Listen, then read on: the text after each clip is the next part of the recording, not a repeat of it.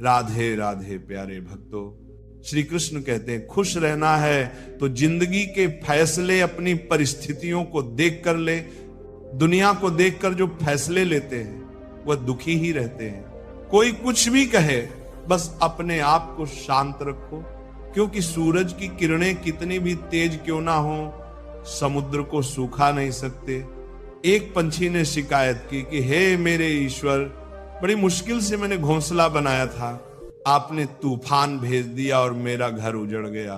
ऊपर से आवाज आई, तेरे घोंसले में सांप आया था तुझे खाने के लिए, इसलिए तूफान भेजा था ताकि तू जाग जाए और उड़ सके और तुम्हारी जान सुरक्षित रहे। हमारी जिंदगी में कितनी मुसीबतें आती हैं, हमें पता भी नहीं होता कि हमारा परमात्मा हमें किस तरह परेशानी से बचाता है। अगर तुम्हें लगता है कि परमात्मा तुम्हें कष्ट के पास ले आए हैं, तो भरोसा रखिए वह तुम्हें कष्ट के पार भी ले जाएंगे। मन की पीड़ा का कोई अंत नहीं, इसलिए दूसरों को कोसने से कोई लाभ नहीं है।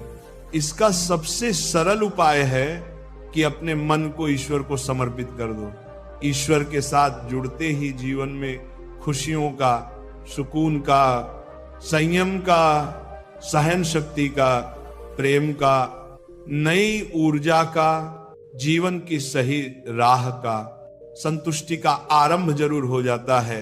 और हमारा मन पीड़ा से कैसे मुक्त होता है पता भी नहीं चलता। अगर प्रभु तुमसे ज्यादा इंतजार करवा रहे हैं तो तैयार रहना, वह उससे कहीं ज्यादा देने वाले हैं जितना तुमने मांगा है। जिस तरह लोग मुर्दे इंसान को कंधा देना पुण्य समझते हैं, काश इस तरह जिंदा इंसान को सहारा देना पुण्य समझने लगते तो जिंदगी आसान हो जाती। मत सोच इतना जिंदगी के बारे में, जिसने जिंदगी दी है उसने भी तो कुछ सोचा होगा ना। आपका बीता हुआ कल भले ही कष्टों से भरा हुआ हो, पर आने वाला कल आपके हाथों में है। मन अंधा होता है, इसके पास कोई ज्ञान नहीं होता।